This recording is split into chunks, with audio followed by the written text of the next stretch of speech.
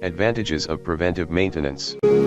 There are two main advantages of using preventive maintenance as your main maintenance strategy: being able to plan maintenance tasks, and not requiring condition-based monitoring. A preventive maintenance program allows you to plan maintenance tasks that reduce your costs and increase your production in the long term. Facility managers are able to prevent incipient failures, equipment imperfections that can cause degradation or catastrophic failure if corrective action is not taken. Unplanned and reactive maintenance has many overhead costs that can be avoided during the planning process. The cost of unplanned maintenance includes lost production, higher costs for parts and shipping, as well as time lost responding to emergencies and diagnosing faults while equipment is not working. When you have a maintenance plan, it's easy to reduce the maintenance cost of your program.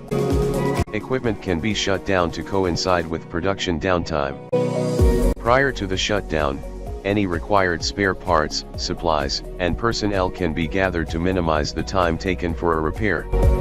Safety is also improved because equipment breaks down less often than in less complex strategies.